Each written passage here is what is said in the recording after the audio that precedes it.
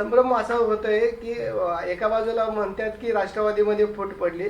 ताईंनी काल असं जाहीर केलंय की राष्ट्रवादीमध्ये फूट वगैरे काही नाही, दादा आमचेच नेते आहेत. त्याच्यातली गरजच नाही. फूट पडणे याचा अर्थ काय? पक्षात फूट कधी होते? जर पक्षातच एक मोठा वर्ग वेगळा झाला, देश पातळीवर. आज तशी स्थिती इथे नाही. काही लोकांनी समजा पक्ष सोडला, काही लोकांनी वेगळी भूमिका घेतली, तर लोकसभेमध्ये त्यांचा अधिकार आहे. तो त्यांनी निर्णय घेतला म्हणून लगेच फूट होण्याचं काही कारण नाही, तो त्यांचा निर्णय. नमस्कार, मी राहुल कुलकर्णी. एबीपी माझामध्ये जगभरातल्या सर्व प्रेक्षकांचं स्वागत आहे. 3 मुद्दे आपण आजच्या मधल्या ओळीमध्ये टॅग केलेत. एक म्हणजे निवडणूक आयोगामध्ये लवकरच आपल्याला राष्ट्रवादी काँग्रेसमधल्या 2 गटातली कायदेशीर लढाई बघायला मिळू शकते. एक तर्क सुप्रिया सुळे यांनी इंडियन एक्सप्रेसला दिलेल्या मुलाखतीमध्ये मांडलाय की राष्ट्रवादी काँग्रेसमध्ये फूट पडलेलीच नाही. या तर्कामागं सुद्धा निवडणूक आयोगातल्या संभावित कायदेशीर लढाईचं कारण असावं का? आणि तिसरं, पक्षाची जी 40 पानाची घटना आहे ती काय सांगते? कारण माझ्याकडे जवळपास शिवसेनेची घटना, मुलायमसिंग यादव आणि अखिलेश या दरम्यान झालेला जो कायदेशीर वाद आहे, हे सगळं मी इथे संकलित केलंय. आणि म्हणून कदाचित थोडासा आज आपला हा जो व्हिडिओ आहे तो मोठा होऊ शकतो.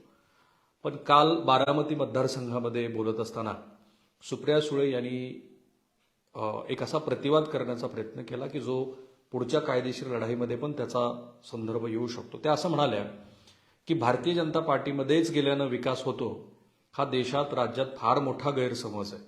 असं काही होत नाही. माझ्या मतदारसंघामध्ये देशातल्या ज्या 6 महत्वाच्या योजना आहेत त्या योजनेचा प्रथम क्रमांक हा बारामती मतदारसंघानं मिळवलेला आहे.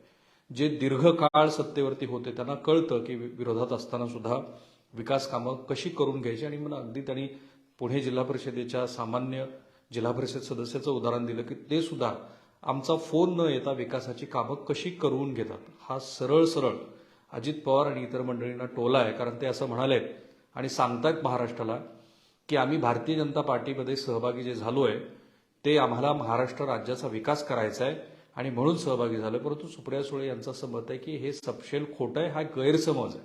उलट तुम्ही विरोधी पक्षात असलेली सुद्धा कशी कामं होऊ शकतात याचं त्यांनी स्वतः उदाहरण दिलं. त्याच्या आधी पक्षाचे प्रमुख नेते शरद पवार यांनी ईडी सीबीआयच्या भीतीनं ही मंडळी भारतीय जनता पार्टीमध्ये सहभागी झालेली आहेत असं म्हटलं की जे वास्तव पण आहे. पण मग आता ह्या सगळ्याचा निवडणूक आयोगाशी काय संबंध आहे? तर त्याच इंडियन एक्सप्रेसच्या मुलाखतीमध्ये सुप्रिया सुळे या काय म्हणाल्यात ते आपण एकदा वाचून घेऊ आणि मग पक्षाची घटना काय सांगते ते बघू. आता शरद पवार काय म्हणाले होते की आमच्या पक्षातील काही लोक ईडी सीबीआयच्या दडपणामुळे सोडून गेलेत, परंतु हे पक्षाच्या सर्वोच्च नेत्यांनी म्हटल्यामुळं बऱ्याच गोष्टीचं कन्फ्युजन झालं. म्हणजे हे लोक एकच आहेत, त्यांच्यावरती सतत कारवायाची भीती होती म्हणून ते गेले, आज न उद्या हे एकत्रित येऊ शकतात.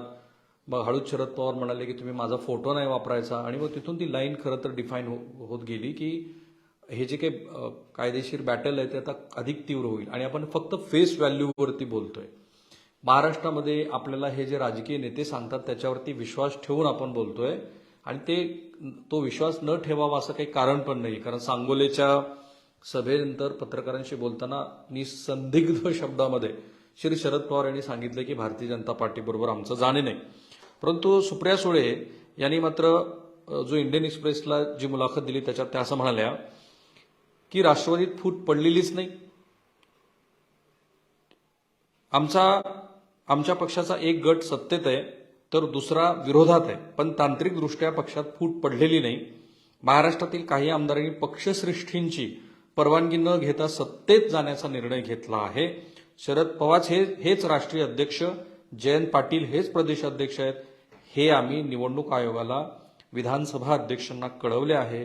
निवडणूक आयोगाच्या निर्णयानंतर आम्ही न्यायालयामध्ये जाऊ. म्हणून जो पहिला मुद्दा आपण टॅग केला की आता ही लढाई विधिमंडळाच्या अध्यक्षासमोर आणि निवडणूक आयोगासमोर सुद्धा सुरू होईल, तर त्याचा तर्क हा इथे. शरद पवार आणि अजित पवारांच्या पुण्यातील गुप्त भेटीविषयी त्या म्हणाल्या की लोकशाहीमध्ये कुणीही कोणाला भेटणं कसं काय आपण टाळू शकतो. शरद पवार यांनी पण ती भूमिका मांडली होती. ते सांगोल्यात म्हणाले की हे विसरू नका बरं का, ते माझे पुतणे. या भेटीने काँग्रेस उद्धव सेनेला अस्वस्थ वाटत असेल तर त्यातही काही गैर नाही आणि असा त्यांची आमची प्रत्यक्ष भेट होईल त्यावेळेला आम्ही त्यांची समज सुद्धा टाळू. भाजपाकडून राष्ट्रवादी फोडण्याचे 2दा प्रयत्न झाले, तिसऱ्यांदा ते यशस्वी झाले. पुढे ते असं म्हणाल्या की तिसऱ्या प्रयत्नात भाजपला राष्ट्रवादी फोडण्यात यश आलं.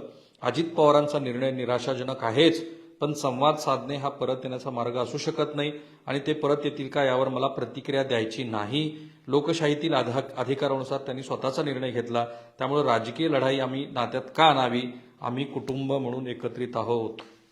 आता या मुलाखतीनंतर पुन्हा तोच प्रश्न निर्माण होतो की राष्ट्रवादी काँग्रेसमध्ये जी कायदेशीर लढाई होईल त्या लढाईचा ह्या सगळ्या बोलण्याशी अर्थ काय. एक, अजित पवार आणि मंडळींचं असं म्हणणं आहे की आम्ही महाराष्ट्राच्या विकासासाठी गेलेलो आहोत, आमच्यावरती काही ईडी सीबीआय तत्सम कुठल्याही संस्थांच्या कारवाईची आम्हाला भीती नाहीये. ही भूमिका त्यांना घ्यावीच लागणार आहे. त्याचंही कारण पुन्हा त्या 40 पानांमध्ये. पण याला प्रतिवाद परसेप्शनच्या खेळामध्ये पण राष्ट्रवादी काँग्रेसचा इतर गट असा करतोय की तुमच्यावरती जसं इकडं ही मंडळी गद्दार गद्दार गद्दार म्हणून गेली, इकडे तुमच्यावरती कारवाईची भीती होती, या भीतीपोटी तुम्ही गेलात असं सांगितलं जाईल आणि तो एक पॉलिटिकल नेरेटिव्ह सेट करण्याच्या प्रयत्नाचा भाग असेल की जो रोहित पवार यांच्या बोलण्यातनं अधिक तीव्रपणे आला की ते म्हणाले की सर्वोच्च नेत्याच्या जवळ असलेली जी एजंट मंडळी होती ती बाहेर पडलेली आहेत. मग त्या एजंट मंडळीच्या म्हणण्याचा अर्थ खूप वेगळ्या पद्धतीने लावता येऊ शकतो. तो श्री अजित पवार होते म्हणायचंय त्यांना का प्रफुल्ल पटेल होते असं म्हणायचंय. नंतर खुलासा करताना ते म्हणाले की मला जिल्ह्यातल्या नेते मंडळीविषयी म्हणायचं. त्यामुळे एकीकडे पॉलिटिकल नेरेटिव्ह सेट करत असताना कायदेशीर लढाईच्या दृष्टीने सुद्धा आता एक पावलं पुढं दोन्ही गट गेलेले आहेत. कारण अजित पवार यांनी आपल्या कार्यकर्त्यांना सांगितलं की आता तुम्ही साहेबांचा फोटो लावण्याचं बंद करा. याचंही कारण बहुधा निवडणूक आयोगातल्या पुढच्या संभावित लढाईमध्येच आहे.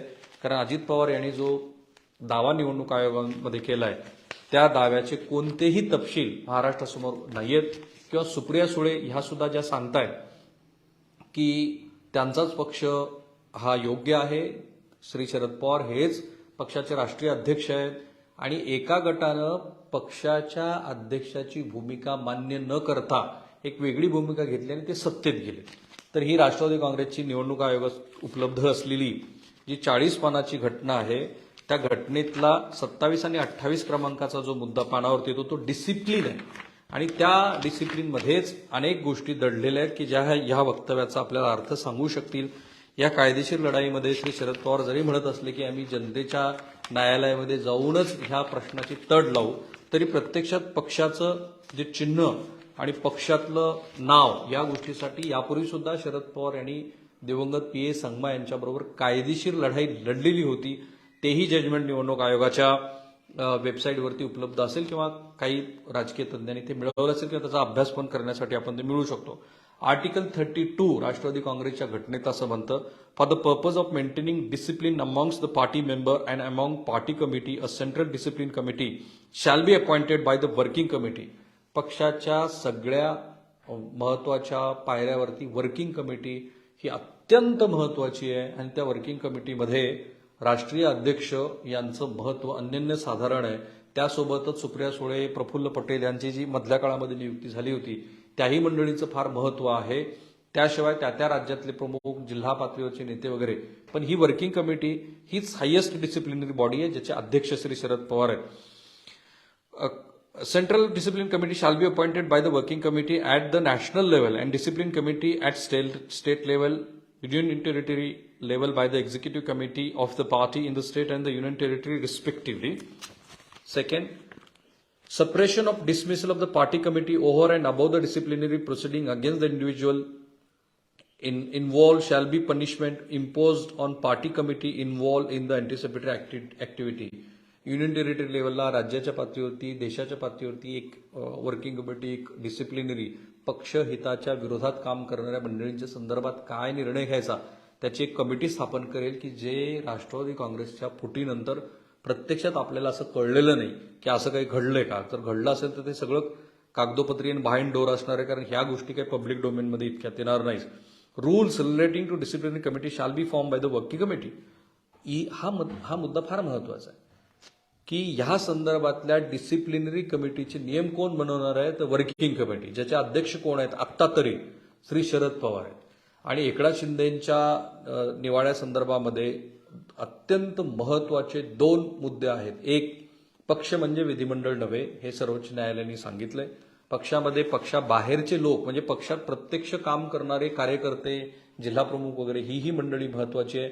आणि म्हणूनच त्यांनी विधिमंडळाच्या अध्यक्षाला सांगितले की ज्या वेळेला पक्ष फुटला त्यावेळेला पक्ष कोणाबरोबर होता हे ठरवा. आणि म्हणून या संदर्भातला जो नियम आहे तो नियम बनवायचे अधिकार हे वर्किंग कमिटीला आहेत.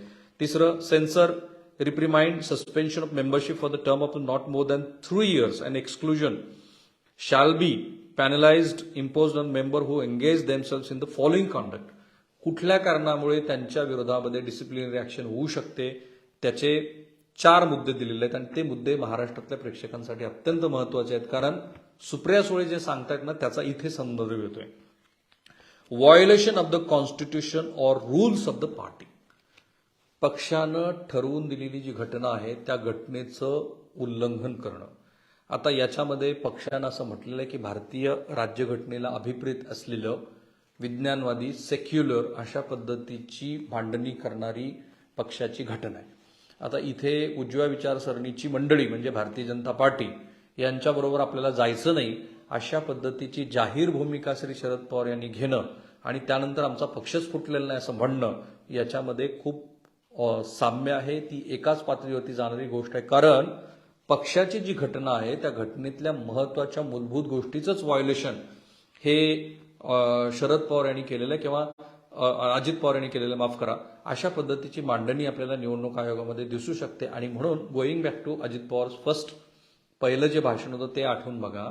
2019 साली महाविकास आघाडीचा प्रयोग झाला त्यावेळेला हिंदुत्ववादी, कट्टर हिंदुत्ववादी असलेल्या शिवसेनेबरोबर तुम्ही कसे काय गेलात आणि याच्या आधी तुम्ही भारतीय जनता पार्टी बरोबर बिहाइंड कर्टन, पडद्याच्या आड कशा तुम्ही चर्चा घडवून आणत होतात आणि त्यावेळेला हिंदुत्व हा मुद्दा नव्हता का, अशी ती मांडणी आहे. आणि याच मुद्द्यावरती निवडणूक आयोगामध्ये बॅटल होऊ शकतं आणि तशाच पद्धतीचे मुद्दे आता हळूहळू पब्लिक डोमेनमध्ये येत आहेत. दुसरा मुद्दा, denigration of the status of the party membership. पक्षाच्या एकूणच कामकाजाबद्दल चुकीचं वर्तन करणं. Infraction of the political ethics guidelines of the party. Any other action determined to the interest of the party. या 4 मुद्द्यापैकी कुठल्याही मुद्द्यावरती श्री अजित पवार यांच्या विरोधामध्ये कारवाई करण्याचा पूर्ण अधिकार वर्किंग कमिटीला आहे की त्या वर्किंग कमिटीनं जी डिसिप्लिनरी कमिटी बनवलेली आहे आणि जिच्याकडे स्वतःचे अधिकार आहेत की ते रूल कोणाचे की रूल काय असावेत. A member who is expelled from the party on the decision of the Central Disciplinary Committee shall have the right of the appeal to the National Committee. A member penalized by a state level disciplinary committee shall have the right of appeal to the Central Disciplinary Committee.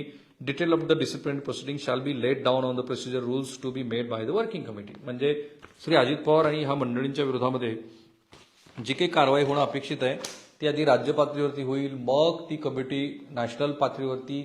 जर ह्या मंडळींना वाटलं की आपल्या वरती जे काही घडलेलं आहे, जे काही आपल्यावरती निर्णय दिला तो चुकीचा आहे, तर मग ते राष्ट्रीय पातळीवरती जाऊ शकतात आणि मग त्याच्यावरती पण आणखीन एक तिसरी कमिटी आणि मग ही सगळी प्रोसेस झाल्यानंतर ठरेल की योग्य कोण आणि अयोग्य कोण.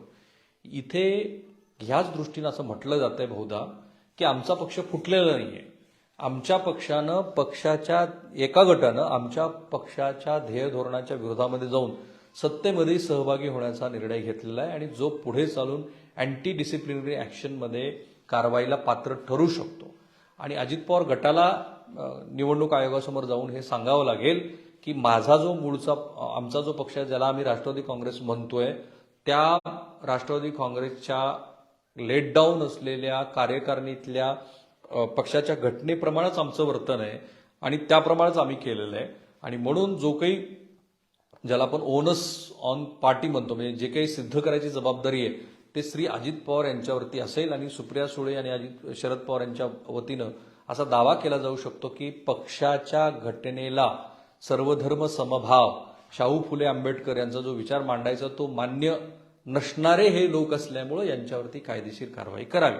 आणि मग पुढे निवडणूक आयोगामध्ये जर आपल्या बाजूने नाही निकाल लागला तर आम्ही सर्वोच्च न्यायालयामध्ये जाण्याचा पर्याय आमच्या समोर खुला आहे, असं इंडियन एक्सप्रेसला दिलेल्या मुलाखतीमध्ये सुप्रिया सुळे यांनी म्हटलेलं आहे. आणि म्हणून हा जो भाग आहे हा महत्वाचा. आपण फक्त डिसिप्लिनरी ऍक्शन, कारण याच्यामध्ये पक्षाची घटना कशाला बांधील आहे, काय पक्षाला अपेक्षित आहे, अशा बऱ्याच गोष्टी आहेत ज्याचा ओहापोह हा निवडणूक आयोगासमोर होणारच आहे. आणि objectives, the party shall bear true faith and allegiance of the Constitution of India as by law established and stand committed to the values of enshrined therein, especially in the preamble, more specifically the party aim, म्हणजे पार्टीचा पक्षाचा हेतू काय आहे, stimulating, promoting and strengthening the spirit and the forces of nationalism and vigilantly presenting the Indian national identity with special emphasis on the वगैरे वगैरे. म्हणजे पक्षामध्ये आपल्याला महत्वाची गोष्ट काय आहे, तर पक्षाला अशा गोष्टी अपेक्षित आहेत की ज्याच्यामुळं भारतीय राज्यघटनेतल्या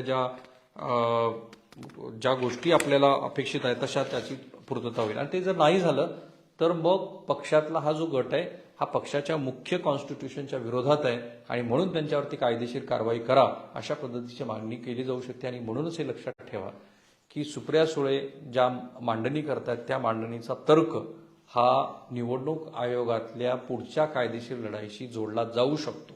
आणि महाराष्ट्रामध्ये खूप सारे तर्क लढवले जात आहेत, कारण जे दिसतंय त्याच्यापेक्षा काहीतरी वेगळं घडतंय किंवा आपण जे अंदाज बांधतोय त्याच्यापेक्षा काहीतरी तिसऱ्याच गोष्टी होत असतात. राजकीय दृष्ट्या बरेच लोक पत्रकारांना याचा अंदाज येत नाही असं म्हणतात. हे साफ चुकीचं आहे. अनेक वेळेला अजित पवार हे भारतीय जनता पार्टीमध्ये जाणार याची मांडणी एबीपी माझानीच केली होती. स्पेशली आम्ही अनेक वेळेला त्या बातम्या ब्रेक केल्या होत्या आणि दरवेळेला सांगितलं गेलेलं होतं की हे चूक आहे, हे खोटं आहे, हे बरोबर नाहीये, की जे आज महाराष्ट्राला दिसतंय. सो थांबूया आपण इथे. एका महत्वाच्या राजकीय घडामोडीची तात्काळ नोंद घेणं हे आज खूप आवश्यक झालेलं आहे, कारण त्याच्यानंतर खूप सारे तर्क लढवले जातात, कन्फ्युजन क्रिएट केलं जातं, मूळ हेतू आपल्याला दिसतच नाही. तो मूळ हेतू समोर आणण्याचा आमचा प्रयत्न म्हणजे आपली मधली ओळ. ती तुम्हाला आवडते असं दिसतंच आहे. बऱ्याच जणांना सवय आहे की ज्यावेळेला राष्ट्रवादी काँग्रेस शिवसेना यांच्याशी पूरक एखादा विषय असतो त्यावेळेला खूप वाहवा होते. मग भारतीय जनता पार्टीच्या संदर्भातला एखादा विषय असेल की ज्याच्यातली गोष्ट आपण सांगतो त्यावेळेला भारतीय जनता पार्टीचे लोक खूप चांगलं म्हणतात आणि इकडनं टीकेची जोड उमटते. ओके, त्यांनी काही फरक पडत नाही. एक्स्ट्रीम सेंट्रलायझेशन हे आत्ता पत्रकारितेमध्ये खूप आवश्यक आहे. तुमचे वैचारिक राजकीय भूमिका हे एका विशिष्ट टप्प्यावरती घ्यायच्या असतात, त्या तिथे योग्य ठिकाणी आपण घेत राहतो. सो थांबूया आपण इथे. मी आणि एबीपी माझा सर्व सोशल मीडिया प्लॅटफॉर्मवरती आहोत. आम्हाला फॉलो करायला लागा. या व्हिडिओच्या कमेंट बॉक्समध्ये या मुद्द्यावरती तुमची मतं जी काय तीही तुम्ही सांगा. त्यातल्या महत्वाच्या मताची आम्ही नोंद घेत असतो. एबीपी माझा, उघडा डोळे बघा नीट.